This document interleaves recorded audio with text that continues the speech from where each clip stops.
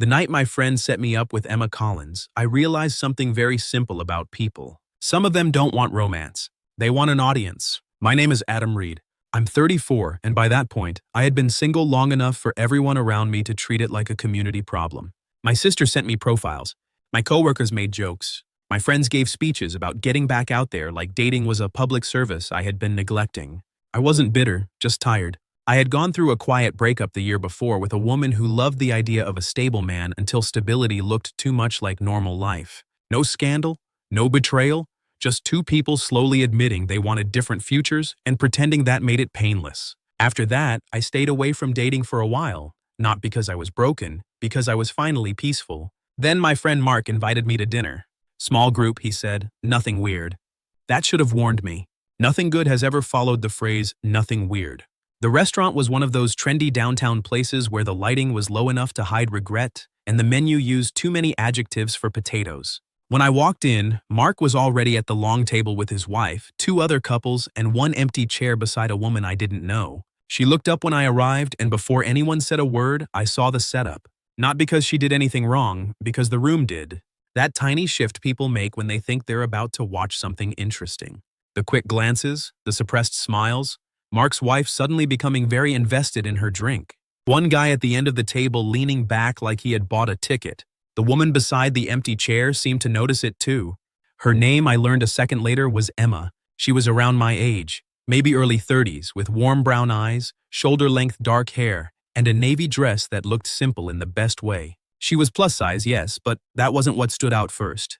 What stood out first was how still she was. Not shy, still. Like someone who had walked into a room, understood the temperature immediately, and decided not to give anyone the satisfaction of seeing her flinch. Mark stood too quickly. Adam, there he is. I gave him a look. Here I am. This is Emma, he said, gesturing like a game show host with a guilty conscience. Emma, Adam? Emma smiled politely. Hi. Hi, I said.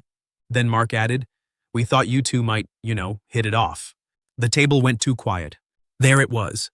Not a date, a test. Maybe even a joke. I don't know what reaction they expected from me.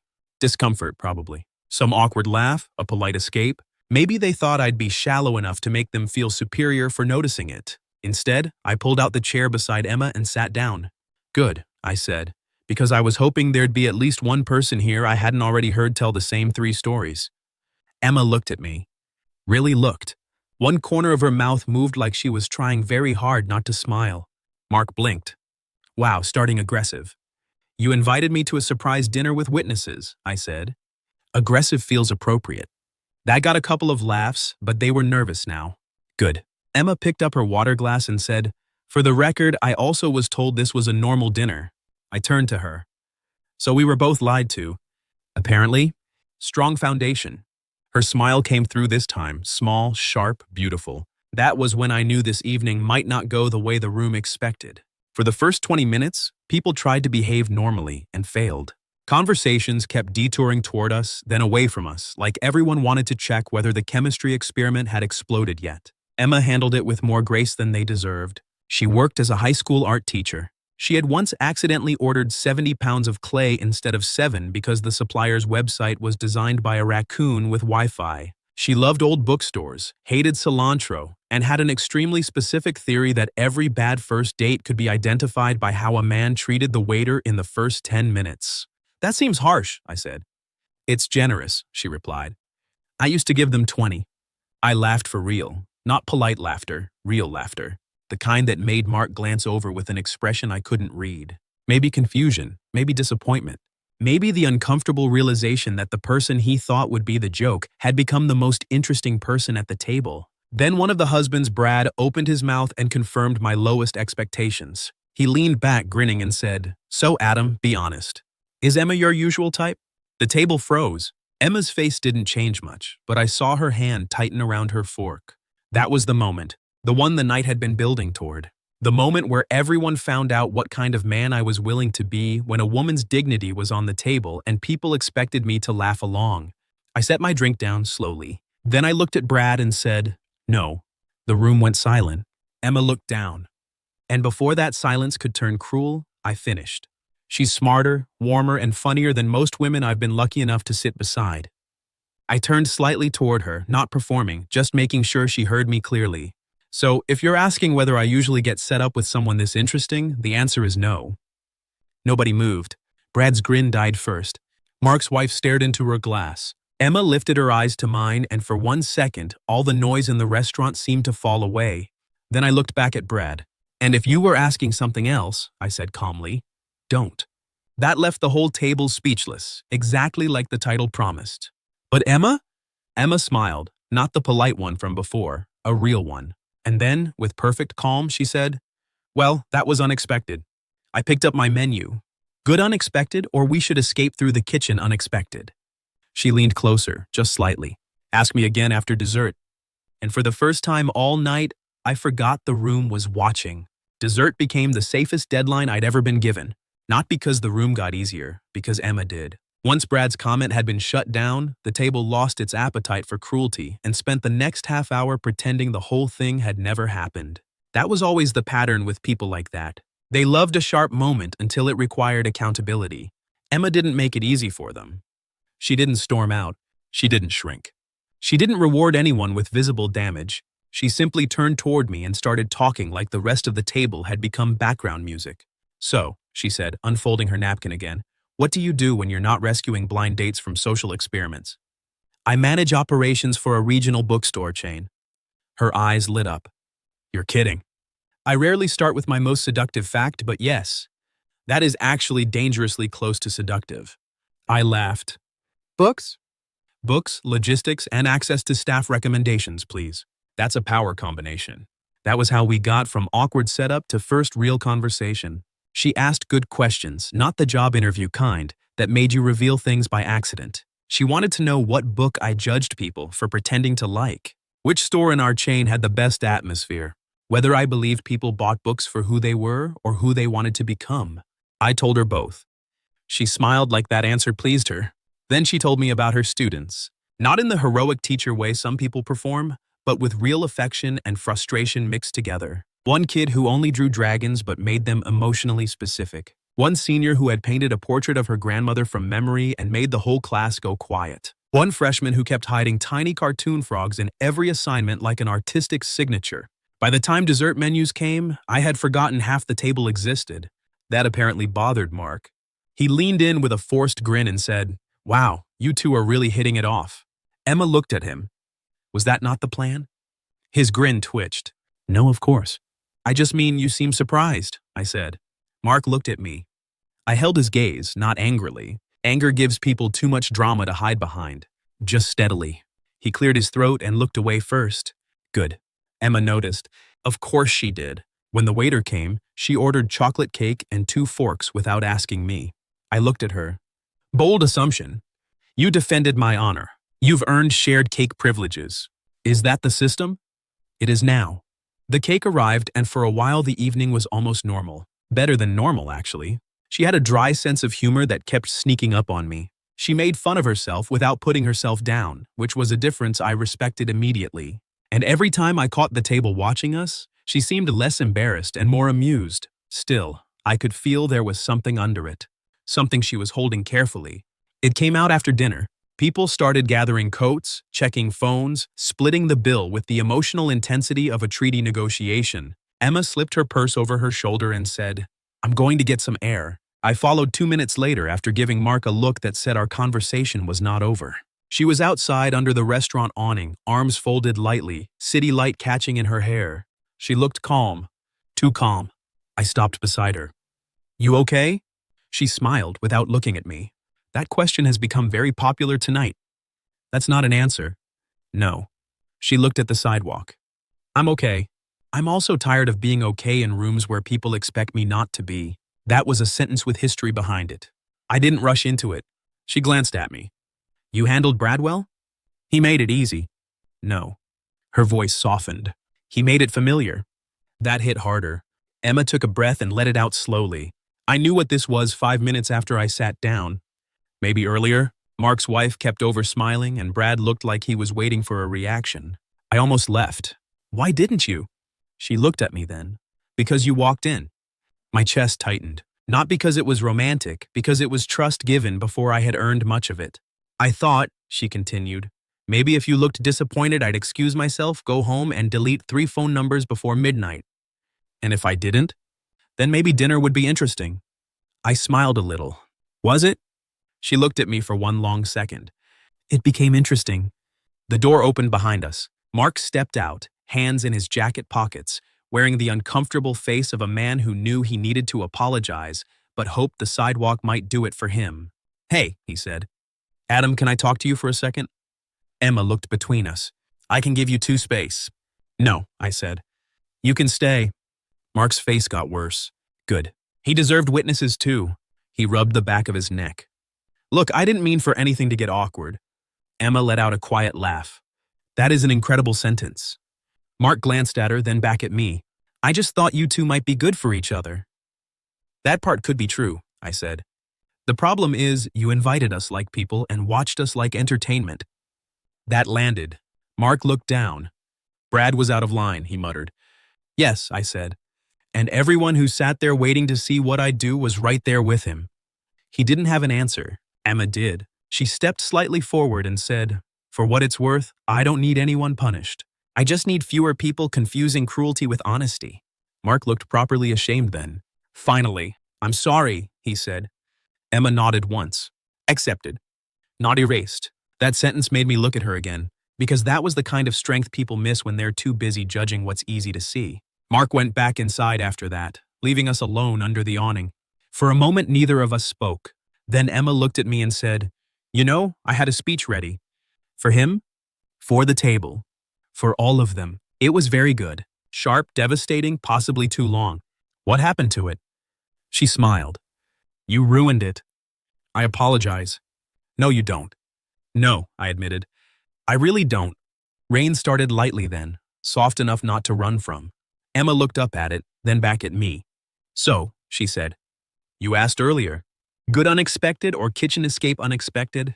I tucked my hands into my jacket pockets and looked at her properly. Good unexpected.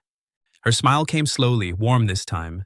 Good, she said, because I was hoping you'd ask me out without an audience.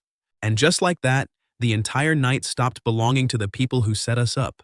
I looked at Emma under the restaurant awning, rain softening the city lights behind her, and realized something uncomfortable. I hadn't wanted the night to end either. Not because I needed to prove anything to the table inside. Not because I felt protective in some dramatic, self-important way. Because the woman standing in front of me had taken an evening designed to make her feel small, and somehow made the whole room reveal itself instead. So I said, then I'm asking. Her eyebrows lifted. That fast? No audience, no committee, no one pretending this was their idea? I smiled a little. Emma Collins, would you like to go out with me on purpose? Her mouth curved slowly. On purpose is important. I thought so.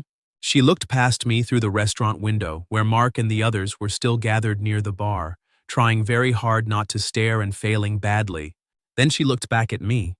Yes, she said, but not tonight. That caught me off guard. She noticed and smiled, not unkindly. Tonight is contaminated. I laughed once. That's fair. I don't want our first actual date to be built on me being publicly underestimated and you being decent in front of witnesses. Her voice softened. I want to know what this feels like when nobody is watching. That was the best answer she could have given, because it told me she wasn't dazzled by one moment. She wanted something real enough to test in daylight. Coffee Saturday? I asked.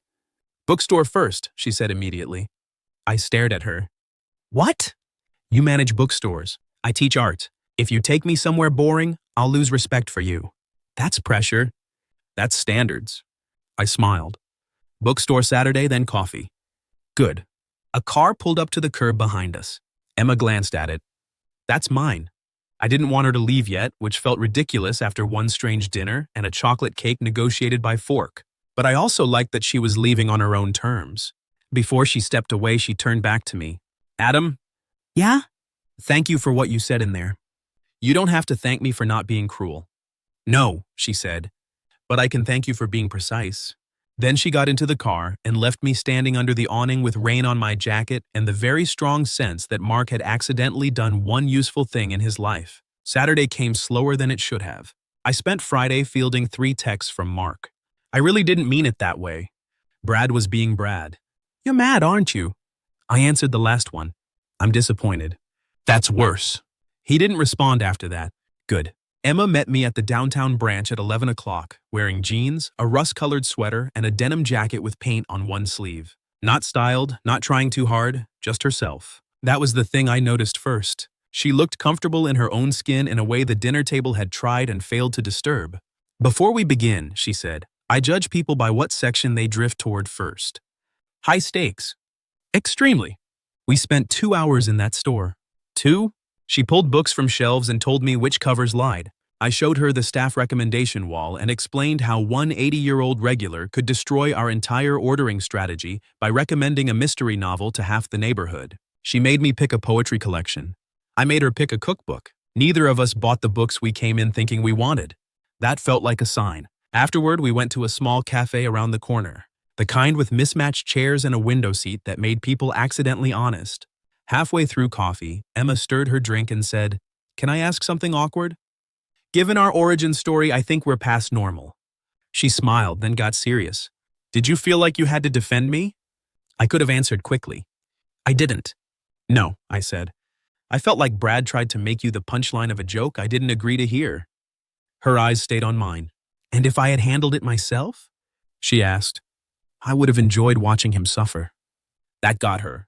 A laugh, real and bright, warm enough to pull attention from the table behind us. Then she looked down at her cup. I'm used to people making assumptions before I've even opened my mouth. Men especially. She lifted her eyes again. So when you looked at me like I was simply the person sitting next to you, that mattered. Something in my chest tightened. You were, I said. Exactly. The date didn't end after coffee. It turned into a walk through the art supply store where she bought brushes and made me guess what each one was for. I failed with confidence. She respected the confidence, not the accuracy. By late afternoon, we were outside her apartment building, and neither of us had a clean reason to keep stretching the date except the obvious one. Emma held the bookstore bag against her side. So, she said. Good unexpected? Better. Her smile softened. Then her phone buzzed. She glanced at it and her expression changed. Not fear, fatigue. What? She turned the screen slightly. A text from Mark's wife. I heard you and Adam are actually going out. That's cute. Guess the setup worked after all. Emma stared at it for a second.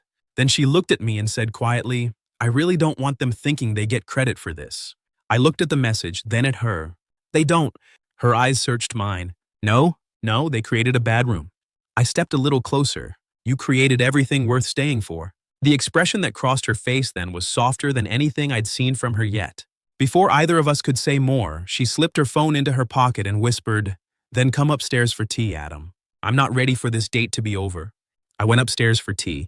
That sounds calmer than it felt. Emma's apartment was warm, bright, and full of things that made immediate sense once you knew her. Framed student artwork on one wall, stacks of sketchbooks on the coffee table, a blue ceramic bowl full of wrapped candies by the door, plants in every window, some thriving, some clearly surviving on optimism. She kicked off her shoes, set the bookstore bag on the counter, and said, I need to warn you, my tea collection suggests I'm more emotionally stable than I am. I'll try not to be misled. Good. She made chamomile for herself and something with ginger for me, then carried both mugs to the couch. For a while, we didn't talk about the dinner, or Mark, or the text. We talked about normal things, bad apartment plumbing, the best bookstore smell, whether adults should be allowed to own more than one decorative blanket without being judged. Then she got quiet. I waited. Emma looked down at her mug and said, The thing about being made into a joke is that people always expect you to appreciate when someone else stops the joke. I understood what she meant immediately. You don't want to be grateful for basic decency. Her eyes lifted to mine. Yes, you shouldn't have to be. That seemed to hit her harder than any compliment could have. She leaned back into the couch, one hand around the mug. I liked what you did. I did. But I think I liked even more that you didn't treat me afterward like I was fragile. I smiled a little. You did threaten to judge my bookstore performance. You needed pressure. I performed well. You did. The quiet after that was softer. Not empty. Full. Emma set her mug down. Adam? Yeah? I'm not asking for a speech. I'm not asking for reassurance. I just want the truth. She looked at me directly. Did tonight change how you saw me? Yes, I said. Her expression flickered. So, I finished before fear could fill in the wrong ending. It made me see you more clearly. She didn't move. I already thought you were beautiful, I said, but tonight I saw the way you hold your ground. The way you refuse to become bitter even when people hand you every reason. The way you can accept an apology without pretending the hurt never happened. I leaned slightly closer. That changed how I saw you. It made me want to know you properly. Emma's eyes went bright, but she smiled through it. That, she whispered, was dangerously precise. I was told precision matters. It does. Then she kissed me. Not because I had rescued her. Not because the night had wounded her and I was convenient comfort. It felt like a choice, clear, warm, and entirely hers. When we pulled apart, she laughed softly and touched her forehead to mine for half a second. What? I asked. I was trying not to kiss you until the second date. How'd that plan go? Poorly. I'm honored. You should be. The second date happened 3 days later. No audience, no setup, no awkward table full of people waiting for a reaction. Just us in a small Italian place where the waiter brought extra bread. And Emma drew tiny cartoon frogs on the paper napkin while telling me about a student who had finally submitted a painting after months of saying he wasn't an art person. After dinner, we walked for almost an hour. She took my hand first. I liked that, not because I needed proof, because it was Emma choosing without asking the room for permission. Mark apologized properly a week later, not by text, in person. He came to my office, looked uncomfortable, and said, I thought I was being funny. I wasn't. I'm sorry. I said, tell her that. He did. Emma accepted it the same way she had outside the restaurant. Accepted, not erased. That became one of the things I loved about her first. She didn't pretend pain was smaller than it was just to make other people comfortable. But she also didn't let it become the whole room. 3 months later, she invited me to her school's spring art show. I watched her move through the gymnasium while students pulled her from one painting to another, each of them wanting her to see what they'd made. She looked radiant there, not because of how she was dressed, because she was exactly where she belonged. One of her students, a shy girl with purple glasses, asked if I was Miss Collins's boyfriend. Emma looked at me. I looked at her. Then I said, I'm trying very hard to earn the title. Emma smiled so big the student giggled. A year later, we moved in together. Not because it was dramatic, because Sunday mornings had started feeling strange when we woke up in different places. She brought too many blankets. I brought too many books. We compromised by buying more shelves and pretending that solved anything. 2 years after that, I proposed in the bookstore. Not in front of a crowd. No big speech over a microphone. Just Emma in the art section holding a book she hadn't meant to buy. Turning around to find me with a ring and the most honest sentence I had. I don't want to be the man who defended you one night, I told her. I want to be the man who chooses you every ordinary day after it. She cried, then laughed, then said yes before accusing me of manipulating her with location. She was right. I absolutely had. And later, when people asked how we met, Emma would smile and say, a group of people set us up badly. Then I'd add, luckily, they underestimated both of us. What would you have done if your friend set you up on a blind date like it was a joke? And then the person beside you turned out to be the most interesting person in the room? And have you ever had someone underestimate you before they even knew you? Tell me your story in the comments. If you like this one, leave a like, subscribe, and I'll see you in the next video.